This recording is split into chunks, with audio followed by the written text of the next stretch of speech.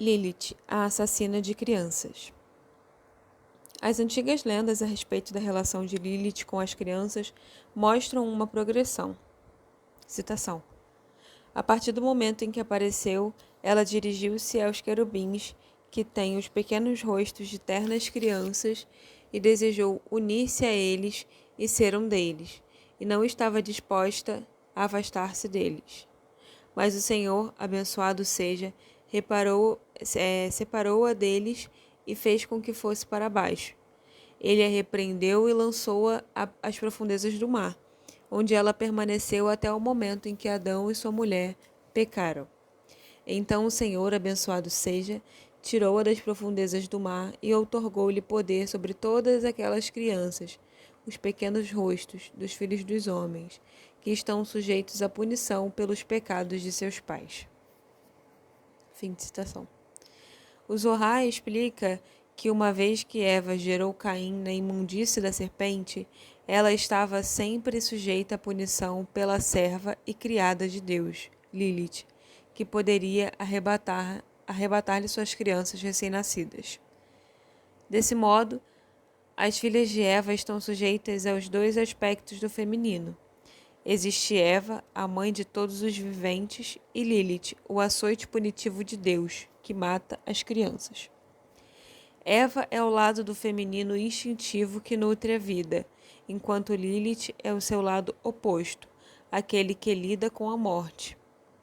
Diz-se que as filhas de Eva estão sujeitas à dor de Lilith a cada diminuição da lua. Lilith rege os equinócios e os solstícios, do mesmo modo que Hecate. Seus poderes são superiores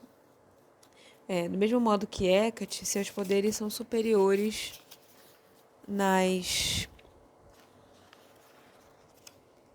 encruzilhadas instintivas da vida de uma mulher, na puberdade, em cada menstruação, no início e no fim da gravidez, da maternidade e menopausa. As mulheres modernas, as filhas de Eva, que reconhecem o poder de Lilith nesses pontos críticos, têm usado amuletos que tanto exaltam como afastam Lilith. Ou seja, muitos desses amuletos são usados não só para a fertilidade, como também para evitar que, durante o parto, ocorra algum mal à mulher e ao recém-nascido. Uma mulher vive os lados Eva e Lilith de sua natureza no fluxo e refluxo do seu ciclo menstrual. Na primeira metade do ciclo, Eva está em ascensão, prevendo a ovulação e talvez a concepção. Ela se sente receptiva, aberta e relacionada. Quando a concepção não ocorre, Lilith assume o domínio. A expectativa cede lugar ao desespero, e a bruxa raivosa da pré-menstruação arrasta ao desolado deserto e à madrugada da choupana menstrual. Segundo a lenda, Lilith foi tornada estéril por Deus, quando ele esfriou a fêmea de Leviatã. Ela não tinha leite nos seios e era capaz de gerar crianças humanas. O ciúme de Lilith por Eva é ressaltado pela crença popular de que uma única gota do sangue menstrual de Lilith está carregado de amargor e veneno suficiente para matar a população de toda uma cidade. A guerra entre Eva e Lilith alastra-se e atinge outro nível. Eva pode ter suas necessidades satisfeitas numa relação. Lilith não pode. Ela tem de fingir. Ela não aceita a dependência e a submissão. Ela não será acorrentada ou enjaulada. Ela precisa ser livre, mover-se e mudar. Ela é um aspecto do ego feminino individualizado que só pode se desenvolver no deserto, sem relacionamentos, sem eros e sem filhos, sempre com ciúme de Eva, que permanece abraçada ao homem. Eva, por sua vez, sente-se acorrentada à terra pelos homens e pelos filhos, e reflete os ciúmes de Lilith. Em Símbolos de Transformação, Jung fala da história de Lilith comparando-a ao mito de Lâmina que seduziu Zeus. A ciumenta Hera vingou-se, fazendo com que ela gerasse apenas crianças mortas. Desde então, A irada lâmina tem perseguido as mulheres grávidas, raptando bebês e estrangulando-os. A figura 18 mostra a lâmina alada e com garras de pássaro, arrebatando uma criança recém-nascida. O ciclo de alternância entre os aspectos Lilith e Eva da psique feminina é infindável. A história de Adão, de Eva e de Lilith é contada no Zohar. Citação. Ele criou Adão e deu-lhe uma companheira. Assim que Lilith viu Eva colocada ao lado dele, a forma de Adão fez com que ela se recordasse da beleza celestial, e ela voou daquele lugar, e viveu junto ao Mar Vermelho, até que Adão e sua mulher pecaram. Então o Senhor, abençoado seja, decretou que a partir daquele dia ela deveria descarregar sua vingança sobre os filhos do homem.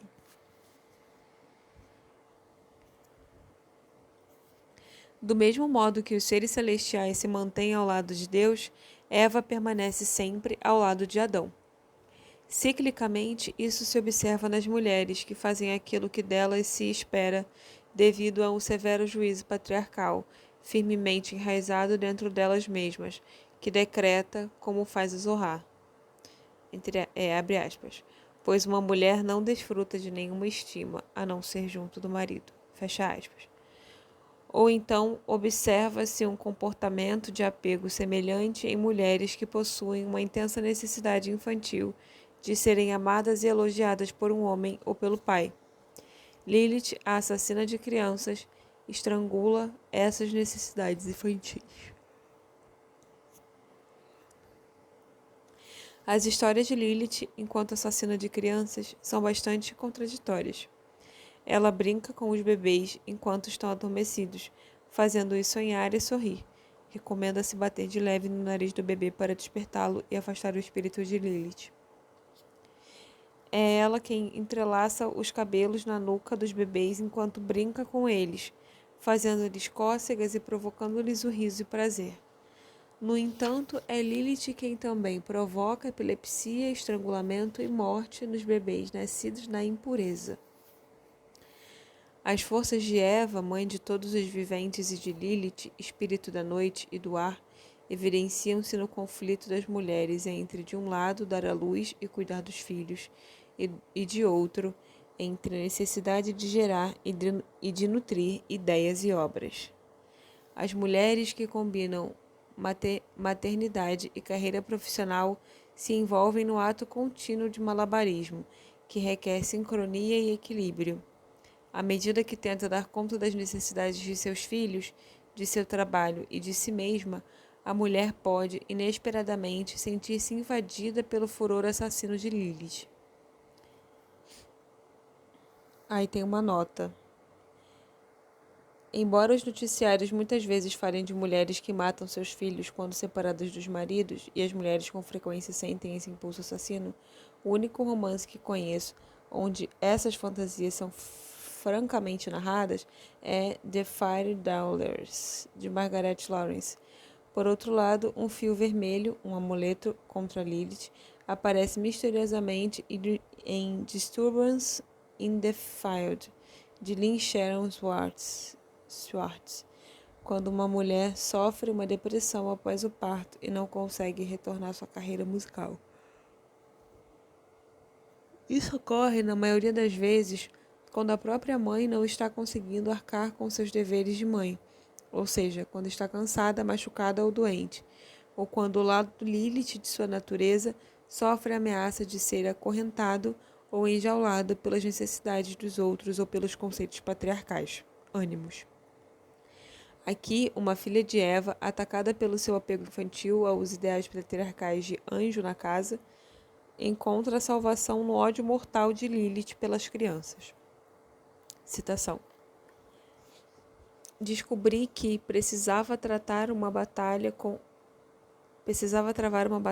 um determinado fantasma, e o fantasma era uma mulher, e quando cheguei a conhecê-la melhor, passei a chamá-la pelo nome da heroína de um famoso poema, O Anjo da Casa. Ela era intensamente simpática, maravilhosamente encantadora, totalmente abnegada. Ela se distinguia nas difíceis tarefas da vida em família. Se havia galinha, ela ficava com o pé. Se havia uma corrente de ar, sentava-se bem ali. Em suma, sua constituição era tal que ela nunca tinha um pensamento ou desejo próprios, preferindo antes apoiar os pensamentos e desejos dos outros. Me perdi. Tá. Acima de tudo, ela era, é desnecessário dizer, pura. E quando me punha a escrever, deparava-me com ela logo nas minhas primeiras palavras. A sombra de suas asas espalhavam-se sobre a minha página. Eu ouvia o farfalhar da sua saia no quarto. Ela se aproximava furtivamente pelas minhas costas e sussurrava: Seja simpática. Seja delicada. Ai, nossa, estou bocejando muito. Seja simpática, seja delicada, faça elogios, engane, lance mão de todas as artes e ardis do seu sexo. Nunca permita que alguém pense que você tem um pensamento próprio, sobretudo seja pura. E agia como se estivesse guiando a minha caneta. Relato agora a única ação que me levou a ter algum apreço por mim mesma. Voltei-me para ela e a agarrei pela garganta. Apertei com toda a minha força até matá-la. Minha defesa, caso fosse levada a um tribunal, seria de que agia em defesa própria. Se eu não a matasse, ela me mataria. Essa citação é da Virginia Woolf, na obra Professions for Women. In the Death of the Moth and Other Essays. Acho que parece que é um conto, alguma coisa assim. Neste nível intrapsíquico, a autodestrutiva cisão entre Eva, a nutridora de crianças, e Lilith, assassina de crianças, é observada naquelas mulheres que não atendem às próprias necessidades corporais. Elas perseguem em suas atividades, mesmo cansadas, Elas prosseguem em suas atividades, mesmo cansadas, alimentam-se de modo insuficiente e irregular e maltratam o corpo numa tentativa de estrangular sua criança interior. A alternância das qualidades de Eva e de Lilith pode facilmente ser observada nos ciclos de acúmulo e purgação dos distúrbios alimentares, tão frequentemente encontrados nas mulheres. Em determinadas épocas, particularmente durante os dias pré-menstruais, quando Lilith assume o domínio, é necessário que a mulher atenda às suas necessidades Lilith de liberdade e isolamento, a fim de estrangular suas necessidades infantis de amor e aprovação num relacionamento e de fugir das necessidades dos outros. Durante esse período, ela pode se conscientizar de tudo o que tem sido rejeitado ou negligenciado em relação ao lado Lilith. Desse modo, as destruidoras energias Lilith, assassinas de crianças, podem ser reunidas e deixadas à disposição de Eva, para que esta, em seu novo ciclo, consiga obter um relacionamento melhor. O conto popular a seguir ilustra de que modo as energias Lilith, assassinas de crianças, podem ser redimidas através da reflexão consciente a respeito de sua natureza. Um espelho é novamente necessário para se conhecer a qualidade de Lilith e transformá-la de assassina autodestruidora em auto-amorosa e capaz de aceitar a si mesma. Nessa história, a mãe Howl, ou Hulda, o teutônico demônio noturno de longos cabelos que atacava bebês e é identificada como Lilith, transforma-se em Vênus, a deusa do amor, através de uma receita de amor judaico. Yiddish. Citação. Consiga um ovo botado numa quinta-feira por uma galinha negra como Azeviche e que nunca tenha botado um ovo antes. No mesmo dia, depois do pôr do sol, enterre-o numa encruzilhada. Deixe-o ali 3 dias. Em seguida, desenterre-o depois do pôr do sol. Venda-o e compre com a quantidade conseguida um espelho que você deve enterrar ao entardecer no mesmo local. Em nome de Frau Vênus, dizendo... Aí tem alguma citação, parece que é em alemão. Durma nesse lugar 3 noites, desenterre a seguir o espelho, e todo aquele que nele se olhar ficará apaixonado por você.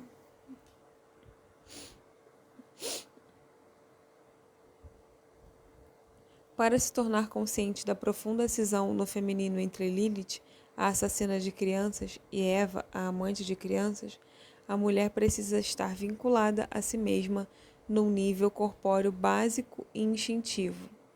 Na lenda seguinte, Salomão, ao espelhar a cisão na natureza da mulher e ao erguer a espada da lógica masculina, enfoca a mulher em sua verdadeira necessidade instintiva. Citação. As 2 prostitutas que compareceram diante de Salomão não eram outras senão Lilith e Naamá. Ambas tinham dado à luz na noite anterior. Ao acordarem, uma das crianças havia morrido. As 2 mulheres compareceram diante de Salomão e cada uma reivindicava como sua a criança viva. Salomão, conhecedor das sendas da psicologia feminina, decretou que a criança fosse partida ao meio e ergueu sua espada da justiça. Imediatamente a verdadeira mãe gritou: "Dele a criança, mas não a mate." Portanto, a sabedoria do coração, semelhante à de Salomão, faz com que uma mulher entre em contato com a sua própria natureza feminina, a qual contém tanto Lilith como Eva, impedindo-a de tornar-se inteiramente possuída pela demoníaca destrutibilidade de Lilith em busca de poder.